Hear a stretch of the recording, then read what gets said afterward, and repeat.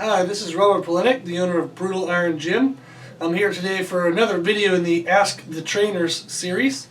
So today's question was posed to me by another trainer of Brutal Iron Gym, actually, Jonathan.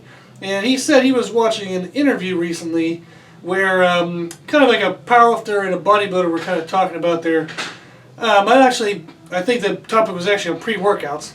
And what they were talking about was the use of pre-workouts to create motivation to work out. And generally the question boiled down to where the powerlifter asked the bodybuilder, he said, "Are you always excited to train?" And the question kind of came up because often people use pre-workouts to get them motivated, get them energy to get going. And the two people discussing in the video have 20 plus years training experience. So it's one of those things where sometimes when you look at somebody who's been doing like weight training for a long time, you kind of think, it's automatic for them. They don't really think about it. They must love it. They never have rough days. You know, this is what they live for. So you would expect if you asked a guy who'd been doing it for 20 some years, like, "Are you always excited to train?" he might say yes. You might expect the answer to be yes. And part of the reason you'd think is because he's been doing it for so long, why else would he do it if he wasn't excited for it? So the question got asked to me and posed to me was, am I always excited to train? So my training history is 18 years. So I started working out when I was 15. So I started with bodyweight exercises, doing like push-ups and sit-ups. And I did that for a whole year. I actually only missed 10 days in a year. So I'd say that counts as actual training. So that's a lot of workouts. So then at 16 I started weight training. And since then, and actually including that year of like 15 years old, I've never missed more than 7 consecutive days of training. So I've had, days off here and there. I've had, trips and family vacations and this and that over the years. But in 18 years, I've never missed more than 1 full week consecutively. So, and actually that 1 week, which I hate even having that amount, was following my last powerlifting meet I did. I had very severe tendonitis in my elbows. And yes, I know you can train your legs, and I would tell my clients that same thing. But I just needed a whole system reboot. And at that time, I was doing personal training, where I'd be carrying around weights for clients a good 7, 8, 9 hours a day. So I figured that was exercise enough. So actually during that week, I was doing that 5 days a week, where I was carrying around weights and loading plates for members, but I don't count that as actually working out. So that's the most I've ever missed. So, and that kind of leads into the answer of, am I always excited to train? And my answer to Jonathan was kind of a yes and a no. So for the most part, I do love training. That's why I do it. That's why I own a gym. That's why I watch, training and nutrition videos in my spare time. So it's what I love to do. So like after making this video, I'm going to go home tonight, eat my last meal, and I'll probably pull up a video on YouTube and watch even more about what I just did all day. So it is my passion. It's what I love to do. So, but the times where it's a no, when I'm not that excited to train, have been times of injuries. So over the years I have had a lot of injuries. So the majority of them came from I wasn't sleeping well enough for the amount of weight and volume that I was trying to do. I wasn't drinking enough fluids. So usually, and I've had some like stupid training things. So or maybe I was using bad form and got injured. So I know one time like I've broken my collarbone 3 times in my life. The first 2 was when I was younger and just kind of accidents, messing around with friends. And then like I don't think that it healed very well after that second time. So the third time I broke my collarbone was actually in the middle of bench pressing. So I was bench pressing and I felt something kind of just like a pop, or like you'd crack your knuckles, that kind of sound. And then I noticed my shoulder wasn't very stable. So I kept trying to work out and I noticed there was no stability. I was starting to get kind of sick to my stomach, wasn't sure what it was. And then I could feel, like when I put my hand here, I could feel my collarbone would actually stay in place, but I could move my shoulder up and down. And I told my friend I was with, I was like, I don't think this is right. So I actually went to the hospital, and here I found out I actually cracked the bone while I was bench pressing. So I have had some injuries over the years. So, and that's usually the time in which I'm not that excited to work out, because usually I'm trying to do like small rehab style exercises, which are not that fun because they're not heavy. And since they're rehab on specific weaknesses or the injury, they hurt. So they're miserable to do because that area is injured or weak. So one of the more recent times I had was I was getting ready for my first powerlifting meet, And I had trained, scheduled to train with a friend at 7 at night, and the last time I had eaten food and got a chance to even sit down or breathe was at noon that day. So I had 7 hours in a row where I was actually working with clients. So that's on my feet, one-on-one, standing face-to-face. So you try to sip a little bit of water here and there, but I was definitely dehydrated going into that workout. And during the warm-up, I actually I felt at the bottom of a squat, I felt some stuff tear and move.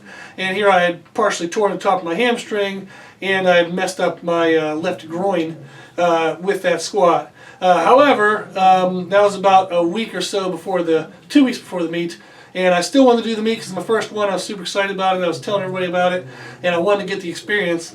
So I went into the meet, and I told myself, you know what, you're a little beat up. You don't have to hit like your best numbers. Of course, that's bull crap. And in the moment, I tried for a PR and ended up tearing 2 other muscles. So I tore a muscle in my lower back and a muscle in my left quad.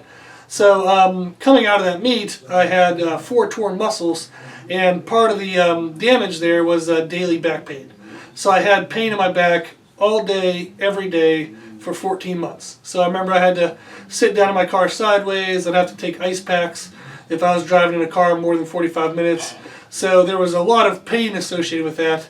And it was during that time that I would say was one of my last stretches of time where I was really not that excited to train.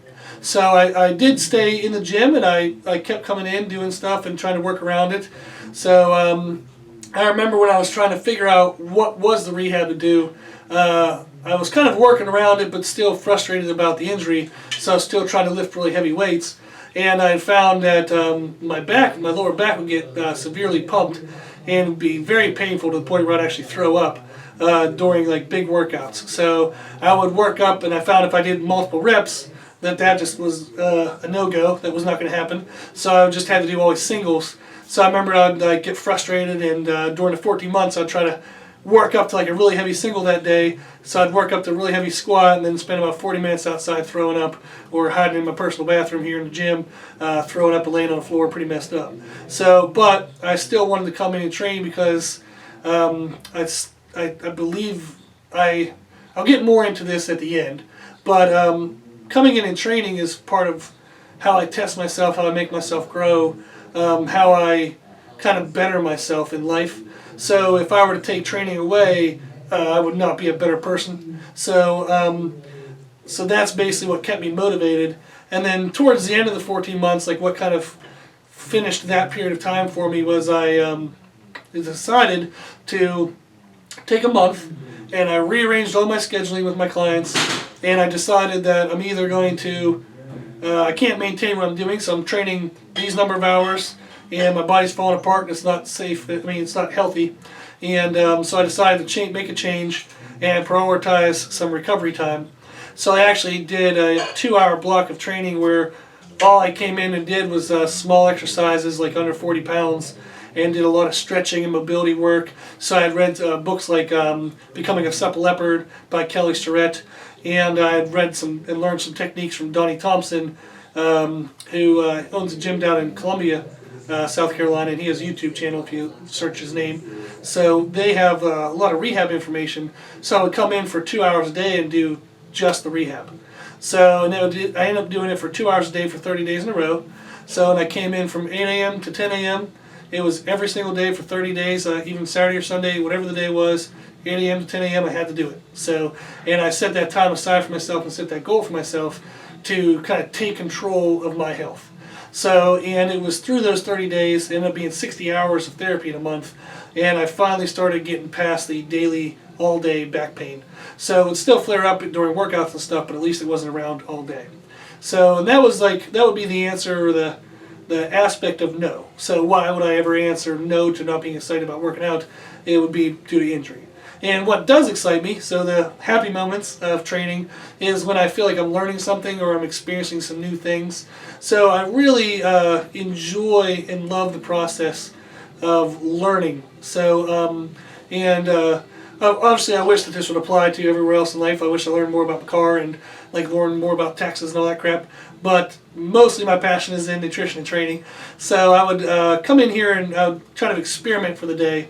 So I usually have what I call conceptual workouts, where I know I want to come in, there's a broad-based goal for the day, but I don't always have the exact exercise, the exact sets and reps planned out. So I do, over 18 years of training, I've found enough knowledge to where I can have some leeway and not lose sight of the main goal of the day. So when somebody's starting out, they're brand new, they would definitely want to have more structure than what I have. So, but I like having the looser structure because it allows me to experiment for the day. I can try new techniques, new concepts, and often I get to carry that over to my clients. So that's a super exciting thing whenever I get to personally see how it feels, and then I get to introduce that concept to a couple variety of clients. So I might have a client who's like a female powerlifter, a male bodybuilder, maybe a woman getting ready for a bikini show. I might have some regular people who just want to be healthy and happy. So and I'll try to apply this concept in all those situations, and it's really exciting for me, or exciting to me, to learn and see how the concept needs to be adapted and changed in each of those areas, but yet also what needs to remain consistent in those areas. So that's a really fun process, in my opinion, and in my own training is when I kind of use that to start a new concept, and then it filters down through my clients. So that's a lot of fun, and that's when I would definitely answer yes. So, and then some of the ways that I kind of stay motivated is I do have goals so set, and sometimes there might be like I want to deadlift 700 by the end of 2017, which is a goal. So currently my deadlift is 660. So well, I do have that goal. So I have weightlifting goals like that. I also have just personal goals of trying to better myself every single day. So I want to wake up every morning and know that I'm better than I was yesterday. And part of that for me includes physical health. So the physical aspect.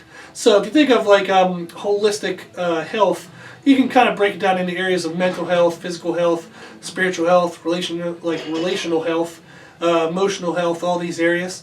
So every single day I have the goal of trying to improve at least one. I do aim for more than one, but at least I like to at least aim for one per day where I've made a progressive step in that arena. So obviously physical training, like if I work out, that improves my physical health for that day, and that's a positive step forward. So informational health, like mental health for me, is also working out because it relieves stress.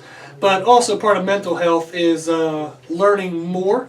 So I find that if I feel like I'm improving my knowledge, it makes me a happier person, and I'm more proud of myself. I carry myself better in life if I feel like I am improving my mind and my knowledge. So it's kind of like there's an external me, then there's an internal me. So I want to always be improving the external, but I always want to be improving the internal as well. So I don't feel like there's much value in having a separation between those two. So if I looked amazing, but I was, a piece of crap human being character-wise, that I have no interest in that whatsoever. I would much rather be the other way. So I do value my internal self more than my external. So, and part of that is because I feel like the external health is fleeting. Like as you're gaining in age, like from the time you're like born to like say your mid-20s, you kind of are building up, and then throughout your 20s, 30s, 40s, and maybe even early 50s, you're trying to hold and make steady improvements. And then as you age after 50, it does go downhill. So I feel like physical health and the best I can be physically is a shorter time frame, and it has a decaying effect compared to mental health, which I feel like has a longer time frame and has an ability to continually improve till the day you die. So I know plenty of clients over the years who are in their 50s, 60s, and 70s, and they're more in love with who they are than when they were younger. So their physical health, I guess like outward beauty might be fading, but that doesn't seem to bother them. They're much happier with who they are now that they let go of some of those worries and concerns about external beauty. So, and that's part of, I know I'm getting way off track here, but that's part of why I like to work out, and why I'm excited to work out is I know that I have a chance to make a progression in myself, so an investment in myself and make myself better. So again, kind of have ways I create motivation for myself will be, I do like to use my workouts to teach new things. So if you follow Brutal Iron Gym on Instagram, so it's just Brutal Iron Gym, you'll see I try my best to post pretty often, like every day, and I might miss a day here and there. But I try to post something every day that's educational and kind of teaches something. And usually it's something I'm going through at the moment, some things I'm working on. So maybe training, just a little bit about nutrition. So recently I had a book recommendation, so a book that I had read that kind of dealt with how to handle the mental stresses of life. And I thought the book was amazing, so I went ahead and put that recommendation on. And I don't recommend very many books on Instagram, so it was. Hopefully, people have read it. I have gotten reviews, and people told me they enjoyed it. So, but if you haven't checked out our Instagram page, it would be a great place to check out to get really up-to-date, current educational content. So I try to do that every day, and that motivates me. So I go into my workout knowing that I have a chance to do something today that can help other people. So even if it's only one person, two people, obviously we're motivated by it helping a little bit more.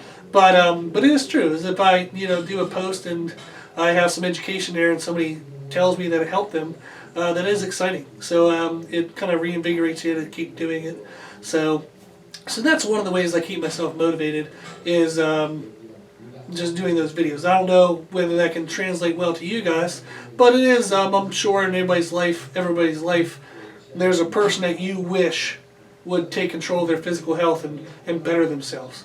And that is a way where you can invest into yourself in hopes, like not totally relying on this aspect, but in hopes that it will influence them to take care of themselves. So, especially if it's a spouse. So if you're a husband or a wife and then the significant other is not taking care of their health, you want to lead by example, not nagging. So you want to lead by example and just show them that you were able to take control of your nutrition and training. You were able to better your physical health. You're now happier. It's helped your mental health, your emotional health. Now that you have more confidence in the way you look and the way that you're taking charge of your life, you're going to feel happier. That's going to get rid of some levels of depression, and it's going to make you more excited to get up every day and see what you can accomplish this day. So I do believe physical health has a way of filtering through all other aspects of life. So, and that's basically my answer. It's a really long-winded answer and way off topic. But so am I excited to work out every day? It's a yes and a no. And what keeps me coming in is knowing that if I do work out today, I have the chance to influence others, and I have the chance to wake up tomorrow a better person. So, and I truly find that very motivating to know that every single day of my life I can become better and improve who I am, not only externally but internally as well. So hopefully there was some value to this. So, and we'll see if we can get some of the other trainers to answer this question as well, so you can see their perspectives. Okay, thank you.